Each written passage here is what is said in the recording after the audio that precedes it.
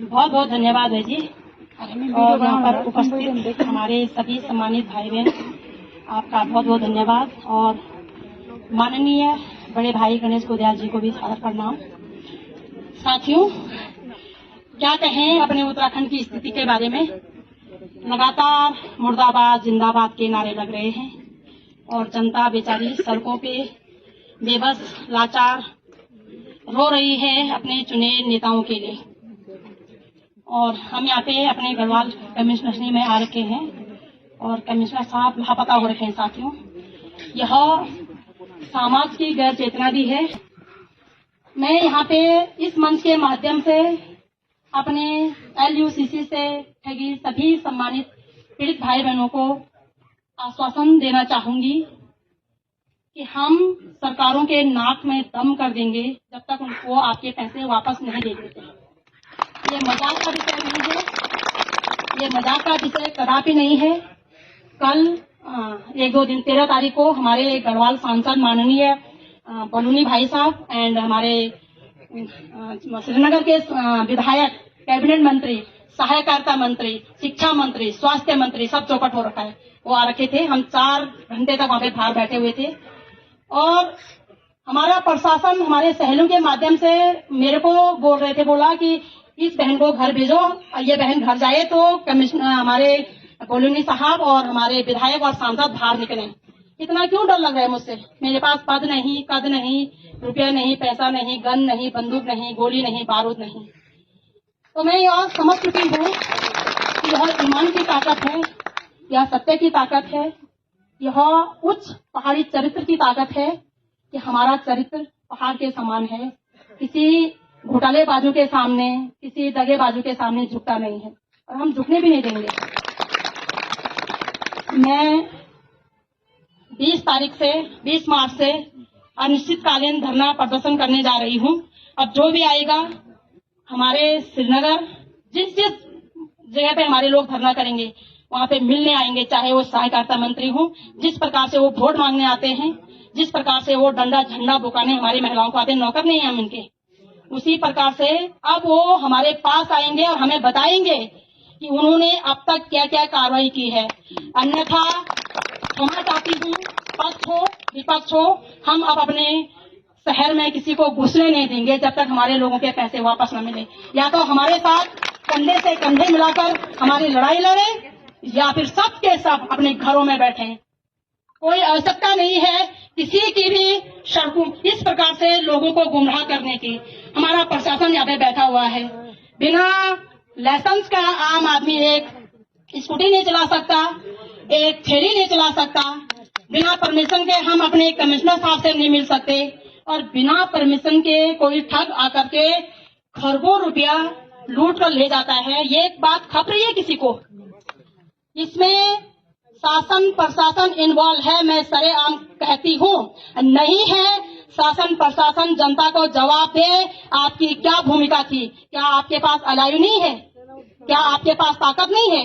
क्या यह वर्दी निर्दोष और निहत्थे लोगों को डराने धमकाने के लिए है? मेरी महिलाएं हमसे शिकायत कर रहे हैं, दीदी जब से आपने आवाज उठाई तब से बोला प्रशासन भी हमसे तमीज से बात कर रहा है। अन्यथा प्रशासन बोला हम थाने में जा रहे हैं और प्रशासन कह रहे हैं कि तुम पे अकल नहीं थी, हम पे नहीं है हम पे अकल। तो क्या आप पे अकल नहीं थी?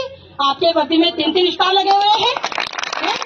आपके आगे पीछे हमारे जो DM, CM, PM, SDM, commissioner साहब सबके पीछे आगे पीछे गाड़ी घूमती रहती, आपको अकल नहीं है? आपने स्टडी नहीं की? आप बिना स्टडी के बिना अकल के कैसे उन संवैधानिक पदों पे बैठ गए? कहाँ जाएंगी महिलाएं? शर्म नहीं आती? एक महिला सिर्फ 5वीं पास है, जिन्हें अपने सिग्नेचर करने भी नहीं आ रहा, उनसे 2 करोड़ ठग के ले गए ग्राहकों से। मैं हैरान हूँ, कितनी बेशर्मी की बात है साथियों। चेतना तो जगनी चाहिए आप लोगों की। अगर आप इस प्रकार से ये किसी सदी में भी अपनी माँ बहन बेटियों को रुला रहे हो तो चेतना तो जगनी चाहिए, भूलना नहीं चाहिए इस मानव समाज को। इस नारी के वजह से तुम हो, तुम्हारी वजह से नारी नहीं। नारी के बिना तुम्हारे घर नहीं चलता, तुम देश चलाने की बात करते हो। जब नारी घर में तुम्हारे लिए फ्री में खाना बनाती है, तुम्हारे कपड़े धोती है, तुम्हारे लिए सब काम करती है, तब जाकर कोई नेता बनता, तब जाकर कोई किसी पद करने जाता है। और आज महिलाएं मजबूर हो गई सड़कों पर। ये तो कुछ ही महिलाएं साथियों, आप लोगों ने लगातार महिलाओं को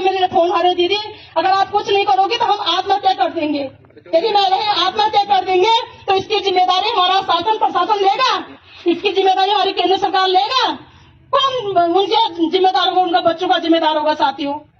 मैं आशा उम्मीद कर दूं कि आप सभी लोग जागरूक हो जाए, चाहे पक्ष हो विपक्ष हो, कुर्सियों में बैठे नेतागण हो। मैं नहीं मानती कि जिनके अंदर इंसानियत नहीं है वो किसी पद पर बैठने के लायक होगा साथियों। मैं यहाँ पे एक विषय और भी कहना चाहती हूँ कि हमारे श्रीनगर में लखपत भंडारी भाई जी ने हिंदू के नाम पे वोट बटोरे साथियों, और हमारी बहनें उस भाई को मिलने गए। उस भाई ने हंसी दांत दिखाकर बोला कि किसने बोला तुमको वहां फंसो। आपने कहा था भाई कि हम हिंदू की रक्षा करेंगे। यदि इन बहनों में से एक भी मुसलमान बहन हो तो बताइए जरा, हाथ खड़े कर, कोई मुसलमान बहन है? सारे हिंदू बहनें हैं। कौन करेगा इनकी रक्षा? इनको आर्थिक तौर पे, सामाजिक तौर पे, राजनीतिक तौर पे, कानूनी तौर पे प्रताड़ित किया जा रहा है। मानसिक तौर पे सब लोग डिप्रेशन में चले गए। कितने बहनें हमारी बीमार पड़ी हुई हैं साथियों। मैं सबसे निवेदन करूंगी, हमारा शासन हो, प्रशासन हो, आप ईमानदारी से काम करें। हमें बोलने की जरूरत नहीं पड़नी चाहिए, हमें सड़क पे आने की जरूरत नहीं पड़नी चाहिए। आशा उम्मीद करती हूँ कि आप सभी लोग इस मुहिम में हमारे साथ निभाएंगे और हम सरकारों के नाक में दम कर देंगे मेरे भाई बहनों। और माता शक्ति, आपसे निवेदन है, ये कलयुग है, अब सत्ता अपने हाथ में लेने का वक्त आ चुका है। सत्ता का अर्थ है कि अब जो भी ये लोग बदतमीजी कर रहे हैं इन्हें अपने हाथ में लेने का वक्त आ चुका है। एक अग्रवाल जो गाली मंत्री, मैं उसे प्रेम नहीं कहती साथियों, प्रेम होता तो गाली नहीं देता, उसका हम बात लगा चुके हैं। यदि इसी प्रकार से हमारे साथ बदतमीजी की जाएगी, प्रत्येक भ्रष्टाचारी की, प्रत्येक लापरवाह व्यक्ति की बात लगाई जाएगी। जिन्हें रौब जमाना है तो अपने घर बैठे, हमारा पदकद, हमारा शासन प्रशासन किसी की व्यक्तिगत जागीर नहीं है, ये जनता की प्रॉपर्टी है और जनता की प्रॉपर्टी जनता की काम आनी चाहिए। बहुत बहुत धन्यवाद।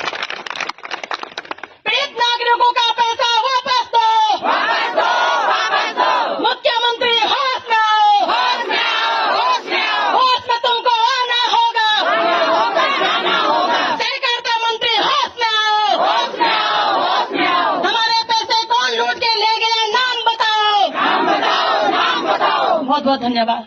बहुत बहुत धन्यवाद।